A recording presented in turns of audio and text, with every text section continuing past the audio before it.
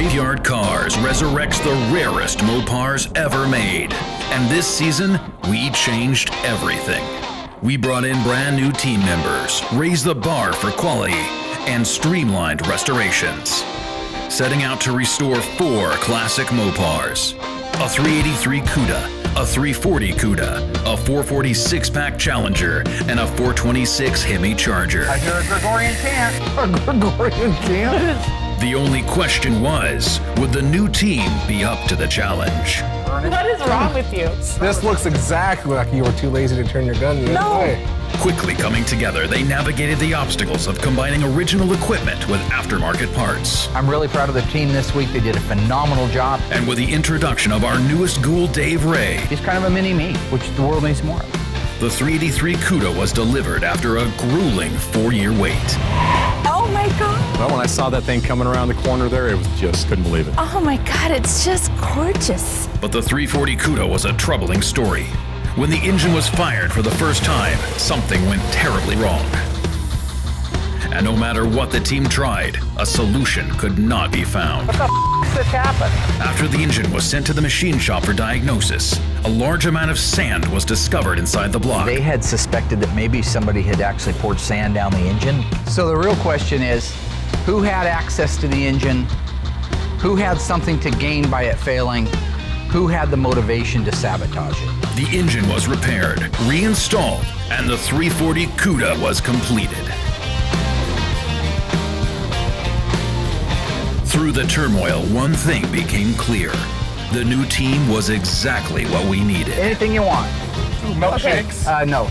There were never before faced challenges to overcome, new cars to be documented and disassembled, and even friendly competition between Mark and Will. You go out there to paint the engine, I think what you're gonna end up doing is going back to school. We were also surprised when an old restoration revealed a hidden secret. So the guy who's driving the truck says, all of a sudden he hears a weird noise, and the engine just explodes. I believe that he was driving along, and he heard, and it made a weird noise and stopped running. When all the dust settled, it was time to finish the 440 6-pack Challenger. Arriving when we finished our sunroof Challenger in Season 3, this car went from rust bucket to award-winning OEM quality within 2 years. Painted by Will, assembled by Dave, and detailed by Alyssa and Mark. Fruit of my loin, No, daughter. my daughter. After restoring the 1970 Challenger, the team was afforded a rare opportunity to compare it with today's 2014 Challenger. Skinnier, it's a little bit narrower. Taller, but that has more ground clearance. With the plum-crazy 440 6-pack Challenger on its way back east, the 1970 Hemi Charger became the ultimate priority. Beautiful, there's that. Perfect. It arrived 2 years ago with a frozen engine. We got a little bit of a standstill just because the intake manifold was really fused into place. After disassembling and restoring the engine, the numbers-matching block turned out to be in perfect working condition. The bodywork was heavily supervised by Mark, as he promised the owner he would paint the car to perfection.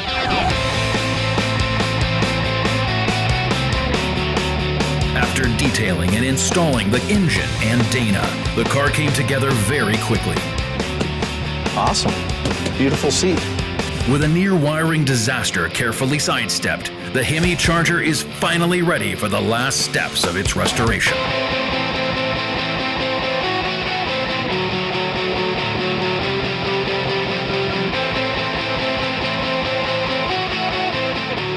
It all builds to the biggest reveal yet. Don't miss a second. You're watching the season finale of Graveyard Carz.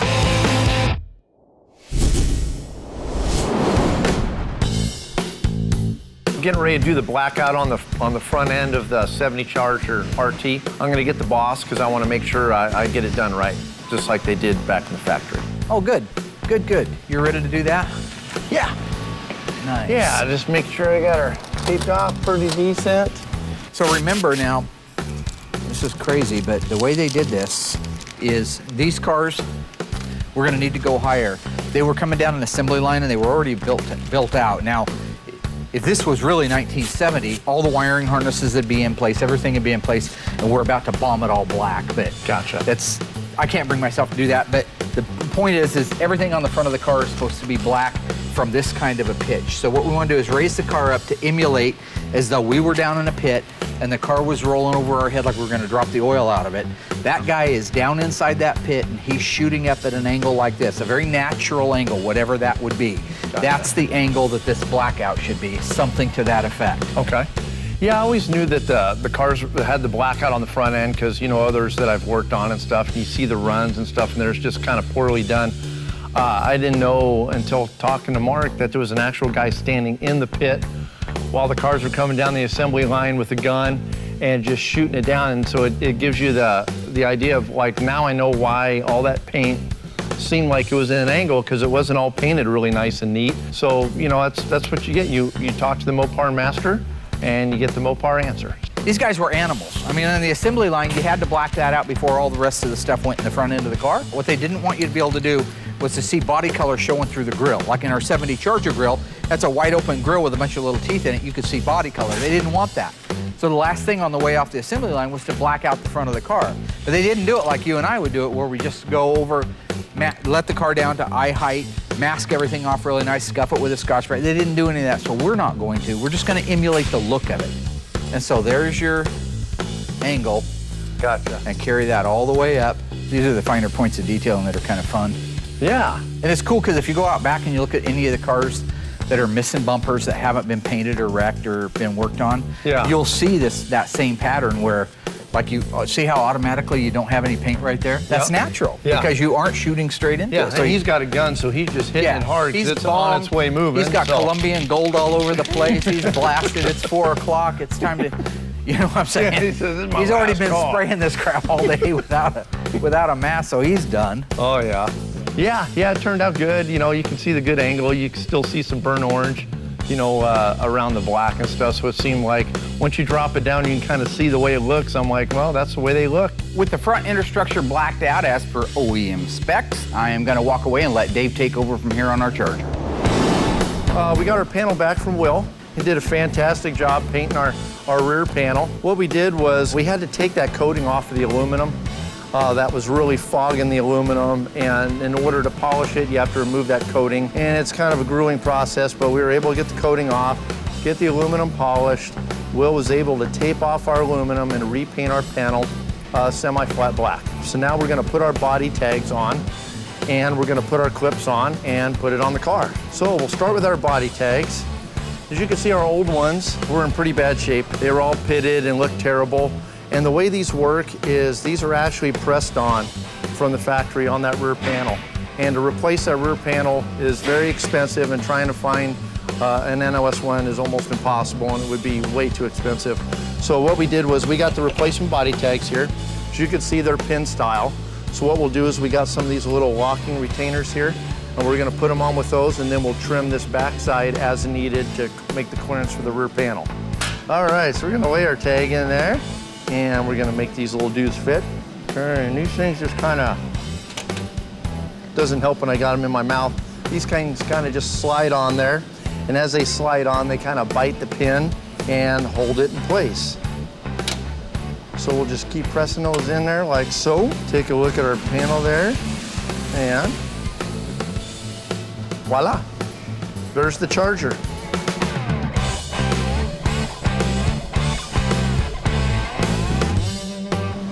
As you can see, that looks fantastic. Beautiful piece.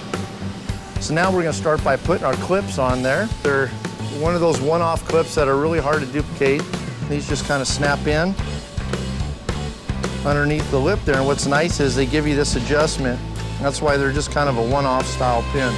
Stay tuned. There's much more to come on this ultra-rare 1970 Hemi Charger. The ghouls are rushing to complete the assembly and finer points of detail, culminating in our biggest reveal yet. Coming up on this episode of Graveyard Carz. This incredible story becomes more ghastly with each report. Right now, we just got our rear marker lights in our 70 Charger RT. And we're working on our front marker lights. The front marker lights go inside of the front fender of the car. This one here in particular goes on the left side. Works as a marker light, so you can see it at night from the side of the car. It also works as a turn signal. So when your front turn signal is flashing, so is your marker light on this particular model. Now, as you can see, looking at these, they're really hammered. I mean, they've been through the weather, through the rust. The car's been sitting for a while.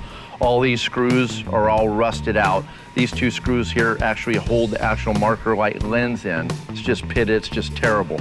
So what we have here is we got our new marker light assemblies. As you can see, these look beautiful. They're reconditioned, got all new plugs and everything in for the light bulb itself. And then here we got our new marker light lenses to put inside. This is the plate that goes actually behind the marker light and holds it into the fender.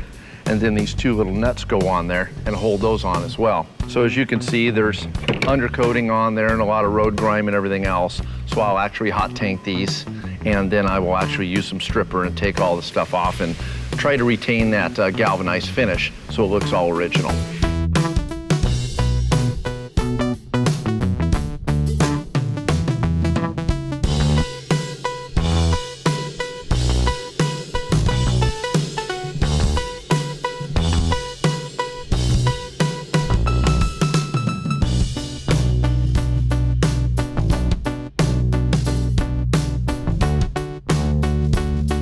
Okay, we're gonna get our lens in here.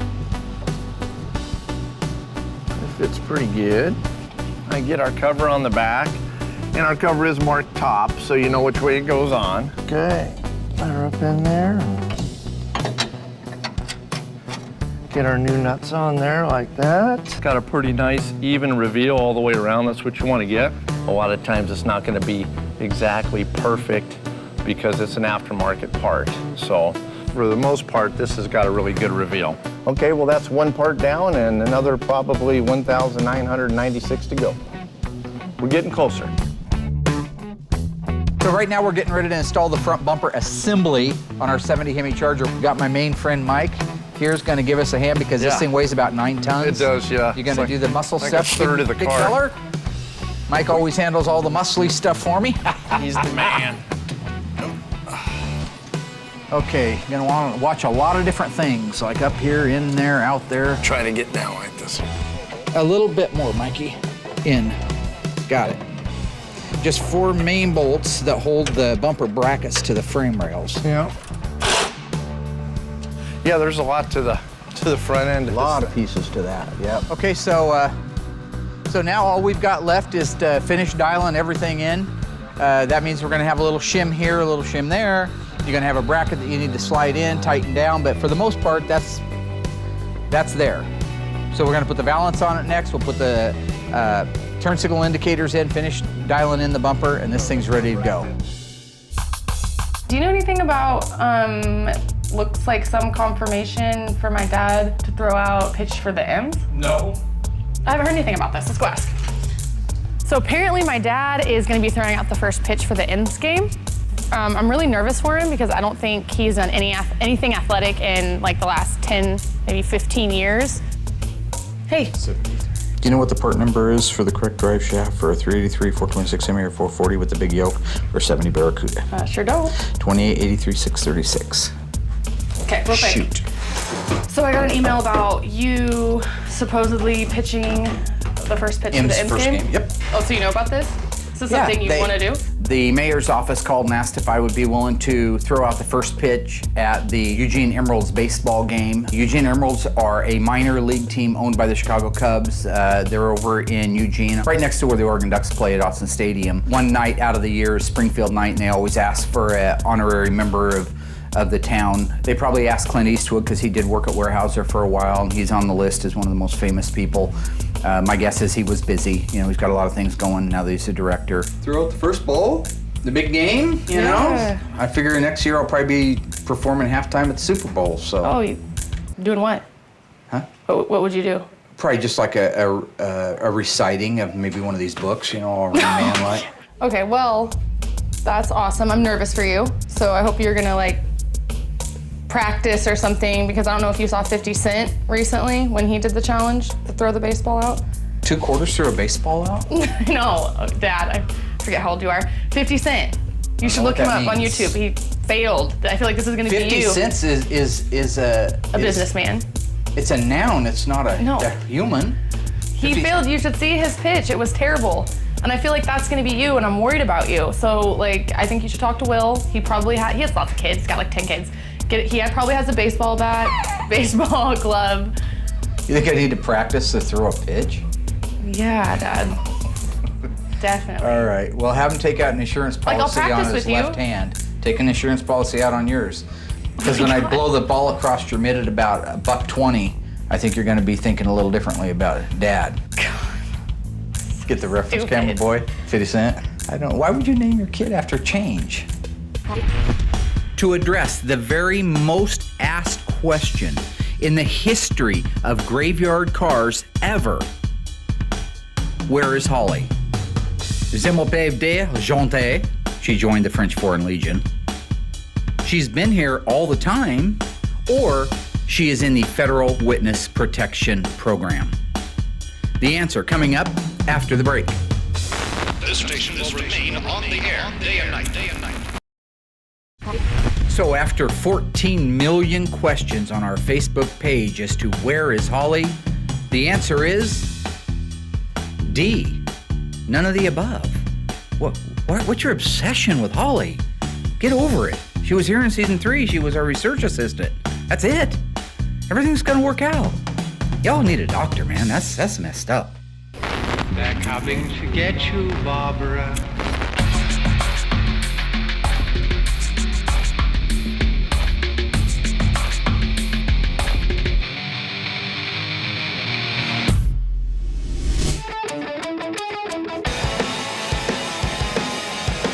Bumper guards, or bumperettes as they're sometimes called, is an option on all these cars. So a Challenger, a Charger, a Barracuda could have bumper guards on the front or not have bumper guards on the front. You just want to be sure when you're drilling the holes. We got the original template here. The original bumper was so rusty, I didn't want to reuse it. That's why we're having to add the drill holes to this bumper. This was a really nice core bumper, a really nice one. So I wanted to have it done, but of course we didn't think to put the provisions in it for the bumper guards at the time. That's why we're making them now. To be sure they're in the right spot, we got his original bumper out, measure it 5 times and drill once. You just want to be sure, because if you go outside the footprint of where that thing's going to go, where that guard goes, you've just ruined your bumper. You set you back 2 weeks, 3 weeks to get it re-chromed, and $500. So I'm going to alternate back and forth. I've got to go all the way out to 7/16. That's the last step right here. That's the size of the original hole. If you just ram this through there, you got a chance of turning the chrome blue, getting it so hot that the metal turns the chrome a bluish color around, and if it isn't covered by the guard, it would be a little unsightly. So I'm just going from side to side. The purpose of the tape, the first purpose it serves, is giving you something to mark on, to be able to make your mark with your pen, because a pen's not going to stick to chrome. It also, if the drill bit were to get off kilter a little bit and slide over, it would hit the tape before it might hit the chrome, even though if you were pressing very hard, it would go right through the tape. But it's a bit of an extra little bit of insurance. So I just leave it on there until the hole's out to where it's supposed to be. Also kind of catches some of the shards as you go through. So now we are up to 5/16. 3/8. Actually, that was 7/16. So I'm done. See, I'm human too.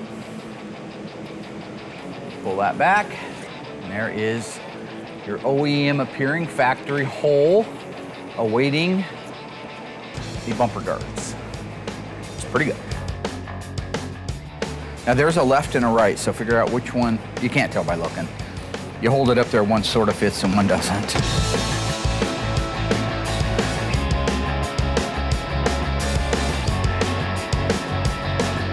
We got the front bumper guards on our 1970 Charger, which is an option, by the way. Getting them in the right position and straight up and down is always a little bit tough. Takes a little time, but they came out perfect. Look awesome. What's up with the funny shirt? I'm wearing a funny shirt? This isn't a funny shirt. This is my workout shirt. I just got back from the gym. What about you? It's a little tough to keep these guns inside of a sleeve. You're in no position to say anything about anything with the funny hat from the dude from Fargo that says pancakes, you know. That big, tall, greasy Russian dude. And then the funny shorts and the multicolored shirt. Did Danny Bonaducci get hold of you from the Partridge Family? You're in no position to say anything to anybody. I'm going to a gun show later.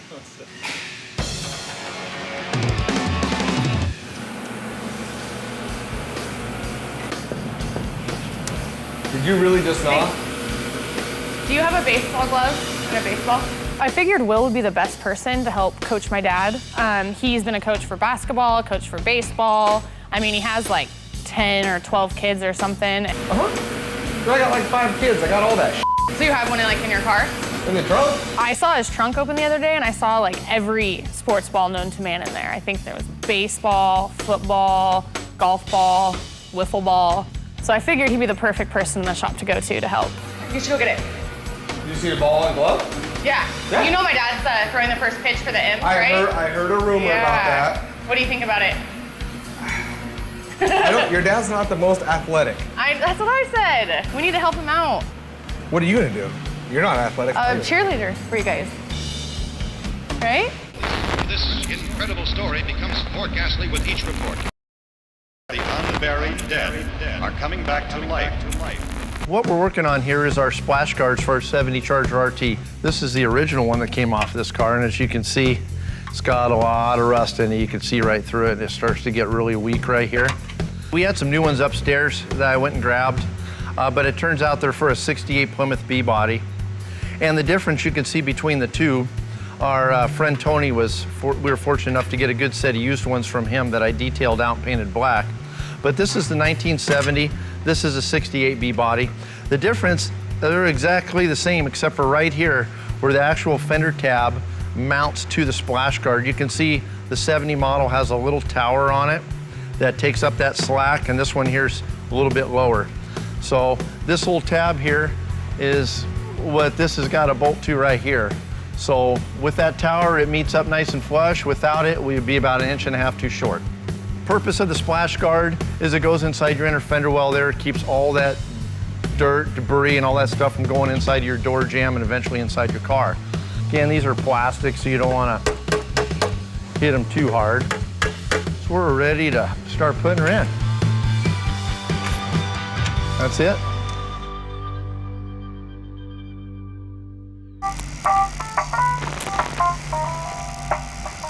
In the club and that one dude standing there, hey, there you are.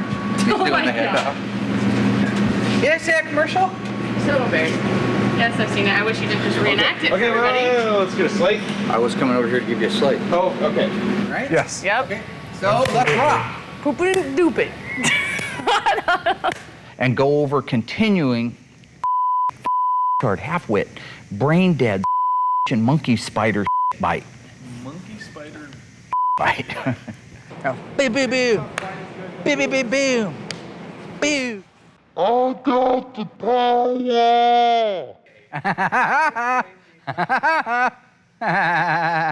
Now see, if those holes were lined up, we could put bolts in it. Or if you weren't too stupid to be able to just twist it. Brain? Okay. Whew. Whew. Those are things I've been doing lately. cut. You'd still be back on the first question with Royal, and that's what they said in the meeting. First eyewitness accounts of this grisly development came from people who were understandably frightened. They're coming to get you, Barbara. Little Mopar plate, home plate, if you will. I promise you right now, Yeah. a week's paid vacation, Okay. you cannot get it over this plate. Give me the ball. What's this? You don't need a mitt. I need a mitt. Not the way you throw, Mary. Yeah, I throw horrible. All right, week's paid vacation. I'm throwing into the wind here. What? Hey, whoa! No. You need to compensate for it. The parking lot's clean.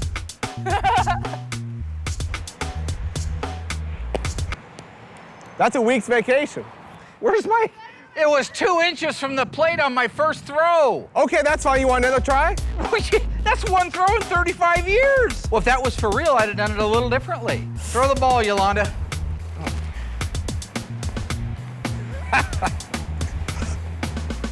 So is this for real now? Oh my God. A catcher's got to move, Vince. Basically what we have here is we got our two horns for our 70 Dodge Charger RT 426 Hemi. This is pretty much the last thing we got to put on here. These horns here were, off of another Charger. They're not the exact horns that came off of that car, because they were pretty rusted and terrible. So we're gonna go ahead and bench test these to make sure they work, and then we're gonna clean them up. So bench testing these is pretty easy. You just pretty much clip your jumper wire, which I have right here, to the little positive terminal, the hot terminal on the horn. Then you want to ground the horn on your negative side. All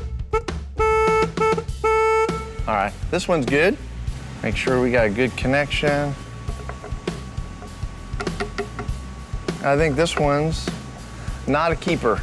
It's funny how something like this here, you know, yeah, this is the last thing. So as soon as we get this done, we can get this car out of here, but things like this can hold you up and cause you a lot of problems. One more try. If not, it's back out to the boneyard. Well, I'd say this one is flatlined, kick the bucket. Try to find another one.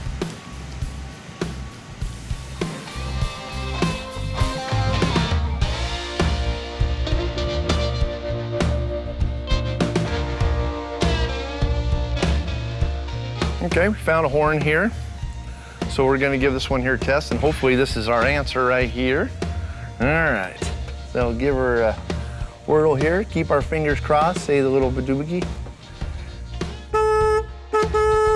There we go, now we're cooking. So now we got 2 functional horns.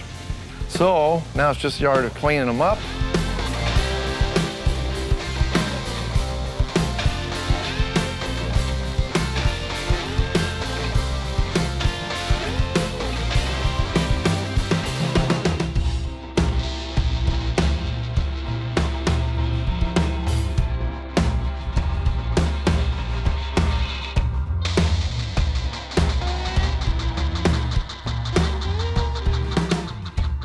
Well, we got our horns here. Got them all cleaned up and painted. Look fantastic. I did bench test them again after they're painted, make sure they're both working. So now I'm gonna install them. So we pre-fit everything, make sure they work. I got the correct bolts that go for this particular year, for this particular horn. As you can see, these are called paint cutter bolts. And they got these little ridges on there, and they actually cut the paint and create a good ground. So whenever it's screwed into the radiator support wall, that'll scratch fresh metal and create a ground to give us good contact for our horn. As you can see, this has got a little tab on there. This little tab right here goes in the pilot hole, and then the bolt actually goes through this other hole. So whenever it's screwed in there, this keeps it from spinning, that little tab. Pretty. That's all she wrote. Yeah, let's give her a test. Our battery's all hooked up. See if she works. See if she works here. Perfect. And that's that. True or false? Graveyard Carz is launching a new crowdfunding campaign so that next season will be the best season ever made in the history of the program. Answer coming up after the break. This station will remain on the air day and night. So, true or false? Is Graveyard Carz launching a new crowdfunding campaign? The answer is true. You can go to www.graveyardcarz.com for more information on how you can help us make next season of Graveyard Carz the most amazing in the history of the program. This incredible story becomes more ghastly with each report. We got our 70 Charger up in the air. We got a few issues we got to sort out. We got a couple days before the truck comes to pick the car up. It's going East Coast, so we're kind of in a little jam here to get some little things, you know, mapped out and worked out. I got a couple exhaust leaks I'm working on. I did a valve adjustment on it. We had a rocker that was just barely ticking, so I pulled the valve covers off, which was a chore and a half, and got all the valves adjusted. So we took care of that. Still got a little exhaust leak, so that's what I'm working on right now, and hopefully get that buttoned up and it sounds nice and quiet, and we'll be ready to go here in a few days. To give you a better idea on what we're working on here, it's a lot easier to have the motor out of the car, of course. These Hemis take up so much real estate. But this is what I'm working on here. I'm on the other side. This is your exhaust manifold. This is that down tube that comes down and bolts right on the top of the exhaust manifold. This gasket right here that goes in between this flange and the manifold itself was leaking. And so these are the nuts that I'm tightening up right now. Granted, our 70 Charger RT is a 4-speed car, So you do not have the dipstick tube for the automatic transmission bolted right there. It's just by itself. And so getting to these nuts is very, very difficult underneath, but it's just time consuming. You can only move the wrench like a half an inch at a time. So we replaced our gasket up here, placed gaskets down here, and we're hoping this is going to solve our exhaust leak. A lot better.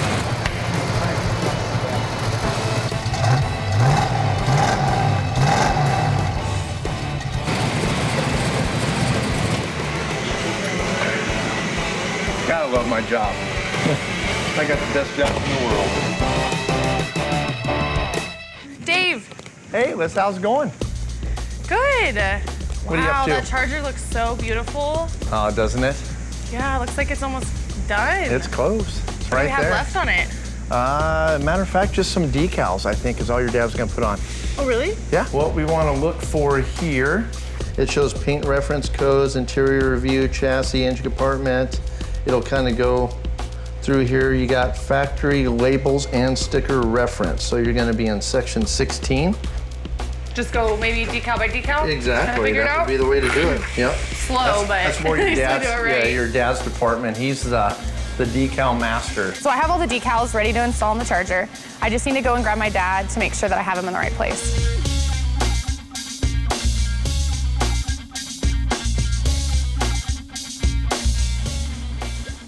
Oh, it's a lot lower than the last one. Because the other one was along here facing inside and it wasn't that wide. This looks exactly like the one that we have. Here's what's left of the ethylene glycol warning label right here. Okay. Now this one has what's left of the emission label. This is a late 69. So do you see that footprint right there? Yep. Where it's sticky? That's where the emission label was. So let's take a picture of that. It's actually really great working with Alyssa. She's actually making an effort to learn this stuff. I'm proud of her for that. I'm not as proud of the fact that she's a car thief. My daughter's a car thief. A big deal, right? Doesn't make her a bad person.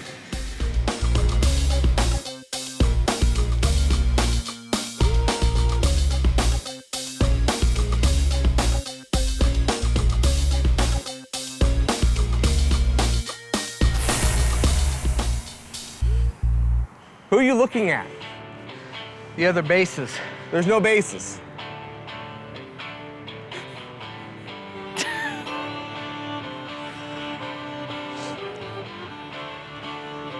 Woo-hoo. Okay, you didn't get it over. What? You know, I think it went really well. It was a lot of fun. I haven't done that in a long time, to be honest. But I still got a little arm, you know. It took me about 4 or 5 tries to get it across the plate, but you saw I hit dead on balls accurate there on that last shot. So The last one barely missed. so what I've basically done is shot the eye out of a gnat at 50 feet with a BB gun. But I think there's just big difference in going in the back of the shop and throwing a ball and getting in front of 5,000 people on a mound. You know, whatever that one dude's name is, 50 cent, half a buck, you know, 4 bits, he made it embarrassed himself. I heard, and I read earlier that the President of the United States even embarrassed himself throwing it out. So I think the, you know, the graveyard mentor, the ghoul, the grand poobah of Mopars can probably pull it off okay, you know what I'm saying? They're coming to get you, Barbara. It has been established that the unburied dead are coming back to life. This is the best part of any build in the world is when it's done and you know it's a phenomenal job. That Charger turned out beautiful. Oh, it's awesome. Dave is a phenomenal tech. I tell you what, you get nervous when you start bringing people in because you're exposing your reputation to a new person that you don't know anything about. So he did a phenomenal job. He really did. And because of that, because of really the collective group effort on everybody's part, because everybody that works there had a part in it, we now have a 100%, as close to perfect, there is no perfect, but it's close to perfect, 70 Hemi Charger 4-speed numbers matching car in burnt orange, white Bumblebee, not the black one I put on originally, but the white one, but the white one with a black top. So we're excited. We're all getting ready to load into the car and go for a drive and just enjoy all our hard work and labor. So Will, tell me, walk the car. You've been around it. You rode on my coattails as I painted it. I'm sorry, I what? No, that's all right. Oh. You rode on my coattails and tried to take credit when my back was turned. Well, what's my favorite? What's your favorite component on the car? What's your favorite aspect of the car? Is it the color? Is it the stripe? My favorite part about this car is this is the last paint job that you've actually will ever do. You did a phenomenal job on it. You did a phenomenal job on it. No, I got that. And this is the last car that's coming out of Graveyard Cars that's been painted by you. And you know, that speaks volumes on what you think of my paintwork. So, thank you. That's kind of a backhanded compliment, wasn't it? Well, but did you see how I did that? That was nicely done. No, wasn't it was a nice, yeah, we call that a segue. That was nice. But I know what you're getting at, and I don't like it. It was really fun for me to see Mark be able to paint a car the same color that was his first car. I helped him clean up his first car, and he's just been a fan of that color ever since. No, it's serious. That's my favorite part. This is painted by Mark Warman, and this is the last one coming out of here. Realistically, this is the last car to be painted by you. That's probably a safe assumption. A fairly safe assumption. Yes. And just for the record, is it fair to say I could be one of the greatest painters the world has ever known when it comes to the Mopar Classics refinishing body fit? Not a problem. One of the best. One of the best, if not the best. I'll just say it's the best. I'm not going to do that nickel and dime. Okay. Yeah, you are the best. I love the bumblebee stripe with the black top and the orange. I think it looks beautiful. I love how they put a black top on with the white stripe. I don't. You don't like that? Nope. That burnt orange with the white stripe, I think offset's really nice. And then with the black top, the black interior, the car pulls together quite nicely. I like the contrast, and then you have the dark it. interior with it. I think that looks cool. Nope, I really it doesn't, like that. but it's okay. I mean, how do you choose one thing? This car's got the whole package. Right. But It's if I had to everything. choose, because this is a body style, it would be this right here. The sexiest single section Where of any this line car runs ever down built. that way, this line runs I down agree. that way, just right there. That's incredible. 69 Dodge Coronet Super B, right here, is where it would be, because it's really tough looking there. Yep. But the 70 Charger, right there. When you add that flare in With there, that it's scoop everything. on Yep. there, and those two interchanging lines, looks like the backbone on just the baddest chopper in the world. You like it? Yeah, there's going to be a lot of people in the greater Springfield area with neck injuries when that car goes by. Looking at it, just the baddest. It was fun to work on. It was fun to put together. Seeing something like that go together that beautiful is really fun to be a part of. Yeah, I think the owner's going to be really happy with the car. Really excited to see him get it. I can't wait to take a ride on it. Think my dad will let me drive it? Are you insane? Well, just because that one time, I mean, it was worth it. No? No, but you ain't driving nothing. Me and Dave first, because Dave did most of the work.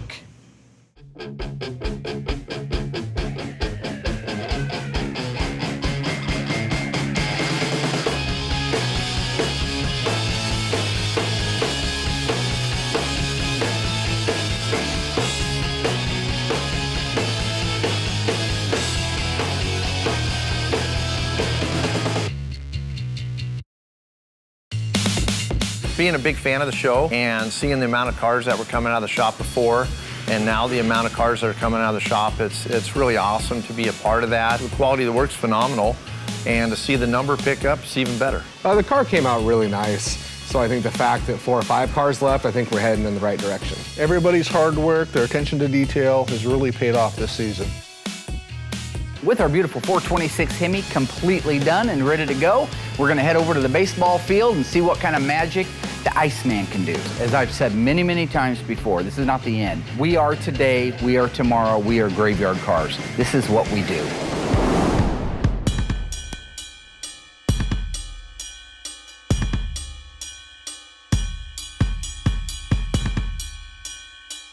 I'm looking forward to watching him throw.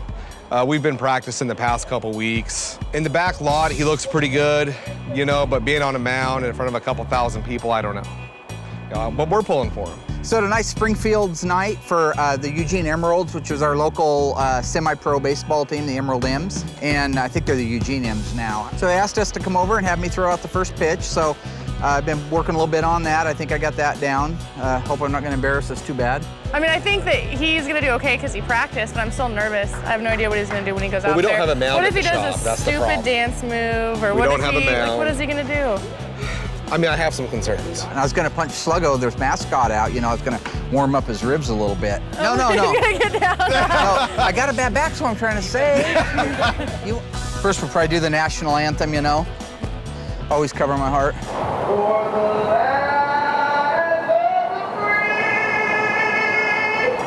You already put on that hat, and that's terrible. Oh, it looks horrible. It goes like this. You get your hat on.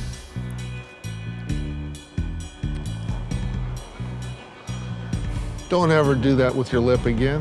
What? This is what they do. There's no question in my mind that the Charger's probably the prettiest car we've ever done. You got Dave Ray out there putting cars together better than anybody in the history of Graveyard Cars has ever done. You know, you talk about Will, he's a phenomenal painter, does the best work I've ever had working here at Graveyard Cars, period. That's all I can gauge against. And I also know that it's 1,000 times better than the factory everywhere. Not only does Mike do a great job at what he's doing over there, but it used to be we came in here on a Saturday to put a car together and we had to do all the things that he's already got ready for us. A collective, fantastic team at Graveyard Cars allows us to be able to put these cars out in the time that we're putting them out now and to the degree of quality. So thank you to the team, because I'm nobody without my team.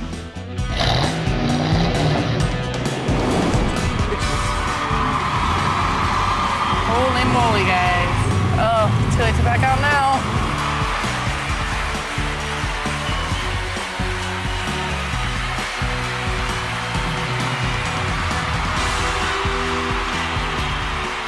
Let's see Sluggo. Oh, man. Oh, nice try.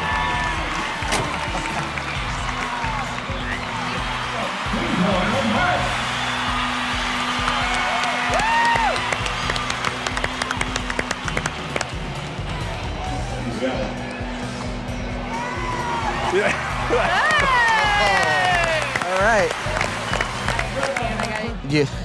You see my throw out there? About 100 miles an hour. They didn't measure it or anything, but it looked like it. You see, it went right across the plate, and that guy kind of went like that a little bit. So. Just got through throwing out the first ball to the game tonight. You're welcome. Mayor introduced us. I don't know what you're talking about. I got you ready for that. That's 2 weeks of blood, sweat, tears for that throw. You stood in the back parking lot on company time while I threw a 100-mile-an-hour fastball at you. I don't see how that's blood, sweat, A simple and tears. thank you would be nice. Thank you. With the 1970 Hemi Charger RT completed and on its way back home, it's time to begin the restoration of our legendary Phantom Cuda. What I'm working on today is the 71 Phantom Cuda. This is the car that launched the series Graveyard Cars. Also lined up in the queue is Torino's 1967 GTX, Bill Goldberg's 1968 GTX, and Smith's 1969 Q5 Seafoam Roadrunner. No, Mark. Now this is the new you. What are you laughing about? To avoid getting speared, Bill Goldberg's GTX has moved up to top priority. It's just kind of time consuming, you know, taking things out, redoing them, putting them back in, but it's going to be, you know, correct, and he's going to love it. It's going to be fantastic. It's a beautiful car. We've restored some amazing cars, but we're only as good as the people we work with.